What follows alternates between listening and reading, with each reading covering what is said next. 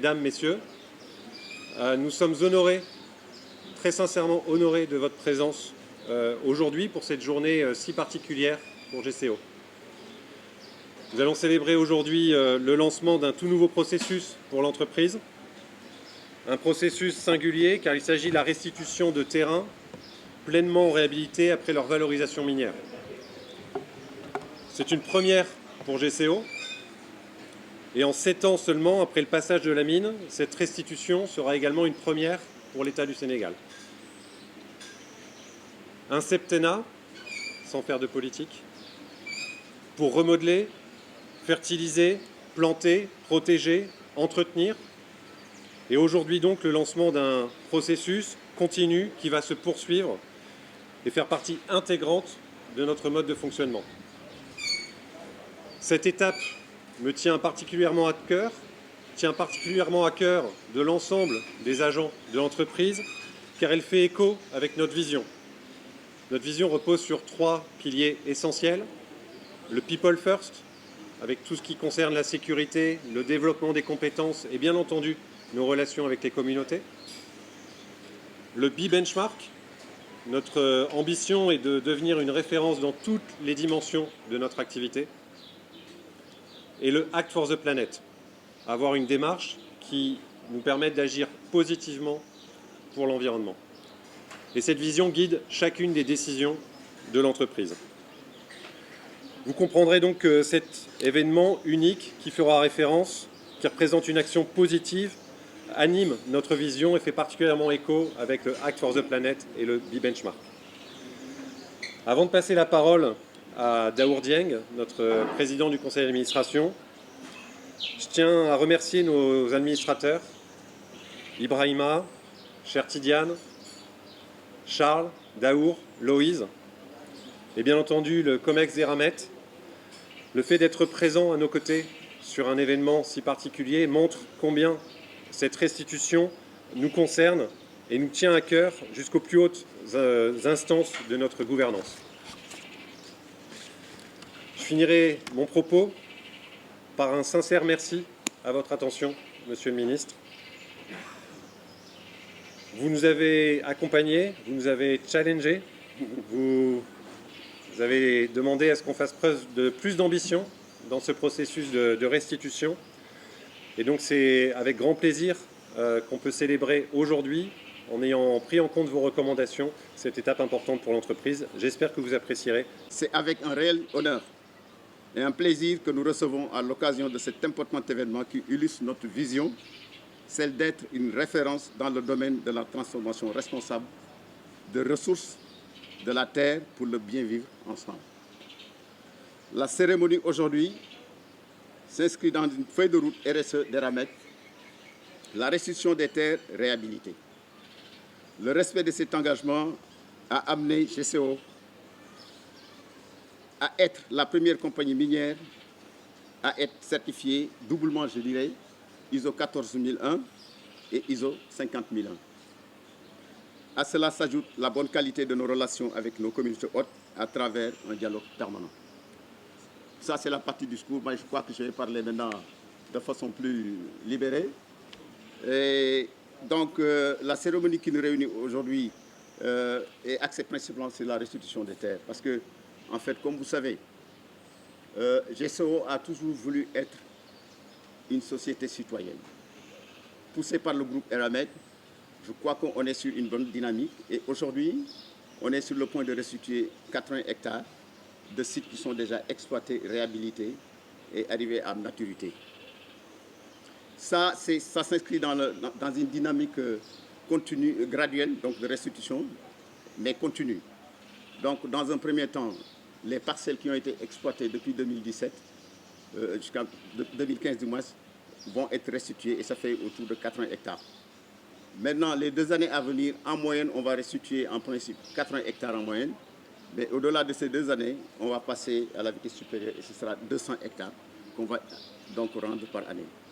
Donc ça, pour vous signifier notre engagement à respecter en fait tout ce qui a été stipulé dans l'étude d'impact, mais également consigné dans le PGS donc, qui retrace un peu les obligations de GCO par rapport à l'environnement.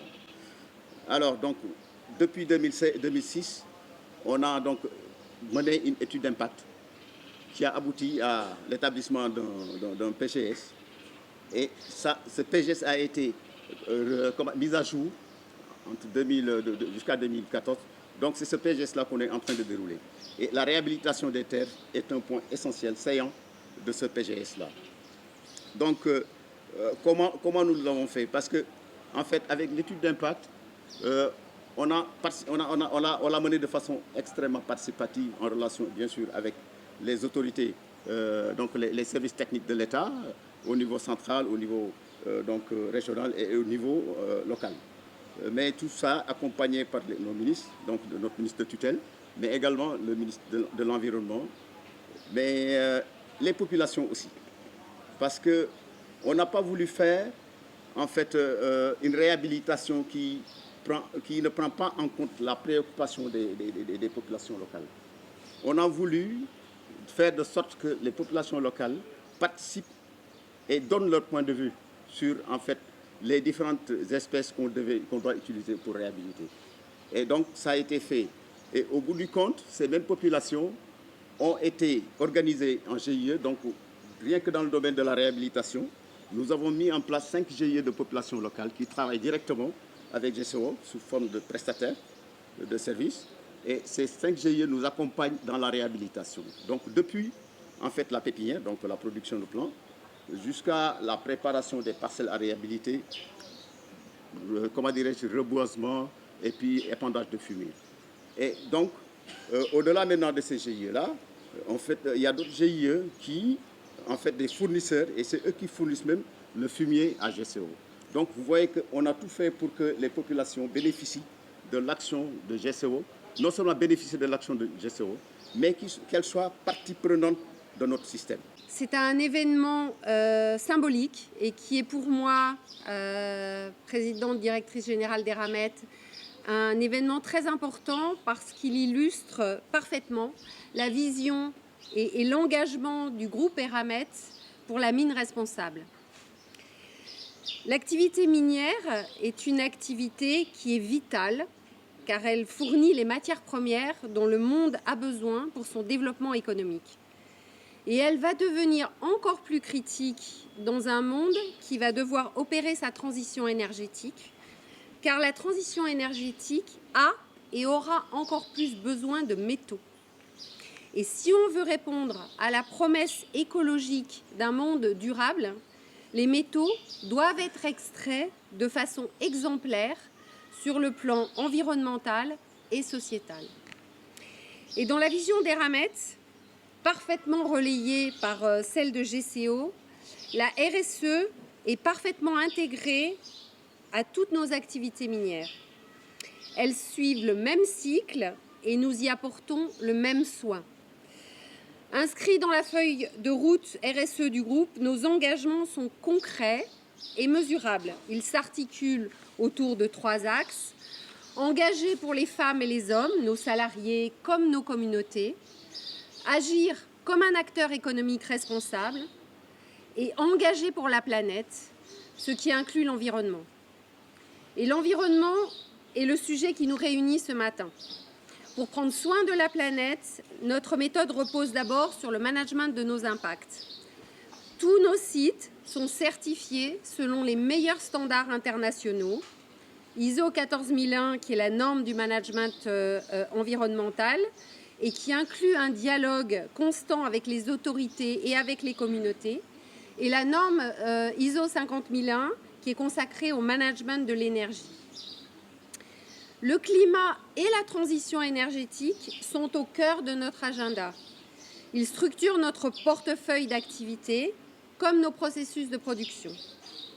Concrètement, ici à GCO, l'étude du projet de centrale solaire est très avancée et devrait voir le jour dans les mois qui viennent. La centrale, qui coûtera de l'ordre de 20 milliards de francs CFA, va permettre de verdir la croissance de l'entreprise et nous espérons continuer encore au-delà à pouvoir verdir notre énergie. Avec le climat, la défense de la biodiversité est une ambition forte de notre feuille de route. Concrètement, notre objectif vise à réhabiliter autant de terres que nous en défrichons. Et nous voulons laisser derrière notre exploitation minière des régions au moins aussi riches que celles que nous avons trouvées. La première restitution de terres à l'État à travers la direction des eaux et forêts s'inscrit dans cet engagement du groupe. C'est donc un symbole à plusieurs titres.